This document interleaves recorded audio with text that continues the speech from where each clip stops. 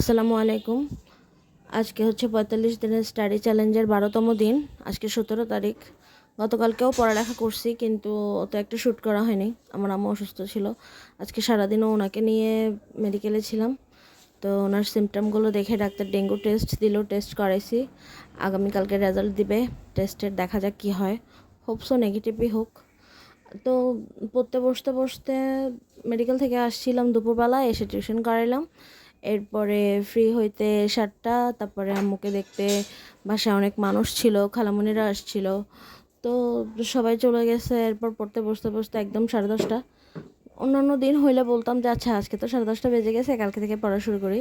তো ভাবলাম না, 1 ঘন্টা হইলেও 1 ঘন্টার জন্য হইলেও পড়ি। তো একটা সাবজেক্ট কয়েকদিন ধরে পড়তে একটু কেমন বোরিং লাগতেছে, তো ভাবছি আজকে 3টা সাবজেক্টের ট্রাই করি পড়ার। তো প্রথমে টার্গেট লিখে নিলাম। ইংলিশ লিটারেচারের নিয়েছিলাম হচ্ছে প্রিপারেশন ফর রেনেসাস, আর হচ্ছে এলিজাবেথান পিরিয়ড। আর ইন্টারন্যাশনাল অ্যাফেয়ারের 5 পেজ, 16 পেজ থেকে 21 পেজ আমার লেকচার শিটের। বাংলা নিয়েছিলাম বিপরীত শব্দ।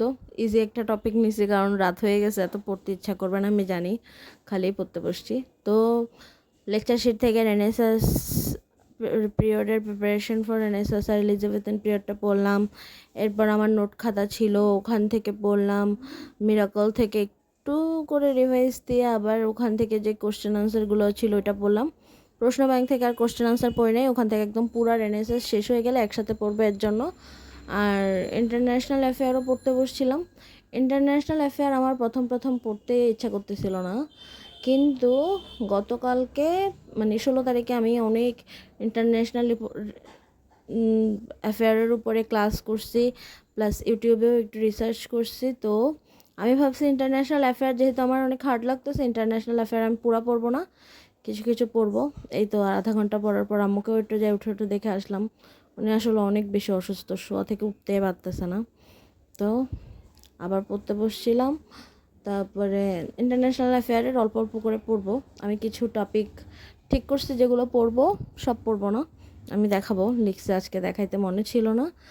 তারপরে পড়ছিলাম বিপরীত শব্দ, আজকে পড়ি নাই। পড়তে পড়তে প্রায় 2টার মতো বেজে গেছিলো। আর কালকে যেহেতু স্কুল আছে, স্কুলে ঘুমাইতেও হবে, নয়তো স্কুলে উঠে যাইতে পারবো না। আসলে শিওর জানিও না আগামীকালকে স্কুলে যাব কি না। সকালে দেখবো, যদি আম্মুর অবস্থা ভালো থাকে তাহলে তো যাব, কারণ বাচ্চাদেরও তো পড়ালেখার হ্যাম্পার হচ্ছে। আমার প্রতিদিন সকালে 3টা, ডে শিফটে কম হইলেও 4টা থাকে, একদম কম হইলেও। তো 6টা ক্লাস, 6টা বলতেছি 7টা ক্লাস, বাচ্চাদের 7টা ক্লাস মিস যাবে। বা অন্যান্য টিচার গেলেও অত ভালো করে ক্লাসগুলো হবে না, যেহেতু আমি একটা সাবজেক্ট পড়াই, অন্যরা আবার একদিনের জন্য এসে এত কিছু বুঝবে না। তো স্কুলে যাওয়া জরুরি। তো দেখা যাক। আসলে যেদিন স্কুল খুলবে এর আগের দিন আমার মোটামুটি সুস্থ হচ্ছিল। তো আমি স্কুলে গেছি একদিন, আবার রাতে এসে দেখতেছি আম্মু সারাদিন টুকটাক কাজ করছে। তো উনি আবার টায়ার্ড হয়ে গেছিলো। তো দেখি কি হয়। আর আজকে থেকে ট্রাই করব একদিনও নষ্ট না করার। একটা আপু আমাকে সাজেশন দিছিল যে অ্যাটলিস্ট প্রতিদিন 1 ঘন্টা হইলেও পড়ার, 1 ঘন্টা হইলেও পড়বো। আর টাইমটা আমি করবো না। দেখা গেল একদিন ভিডিও বানাইতে না পারলাম, আমি ওই ডেটটা স্কিপ করে পরের দিনের ডেট দিব। ডে 1, 2 এগুলো নষ্ট করতে চাচ্ছি না এই টাইপের করে।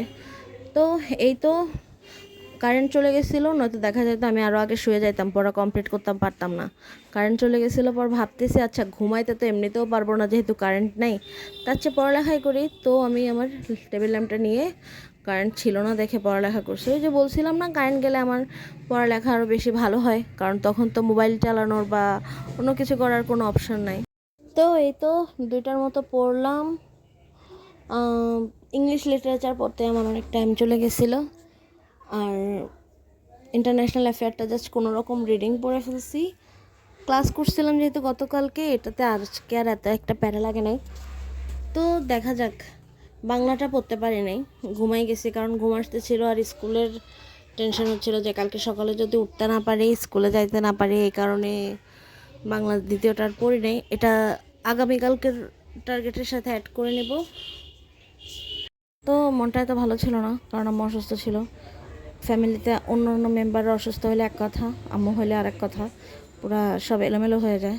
আসলে আমরা এত শান্তিতে জব বলো, টিউশন বলি আর পড়ালেখা বলি সব করতে পারি, কারণ আম্মু সব কিছু ম্যানেজ করে, কারো কোনো সমস্যা হয় না। যেহেতু উনি অসুস্থ, সবাই একটু অগোছালো অগোছালো হয়ে গেছে। উনি সুস্থ হইলে আশা করি আবার সব কিছু ঠিক হয়ে যাবে। তো দেখা যাক, এটাই শুধু ভাবতেছি যেন উনি তাড়াতাড়ি সুস্থ হয়, এই তো।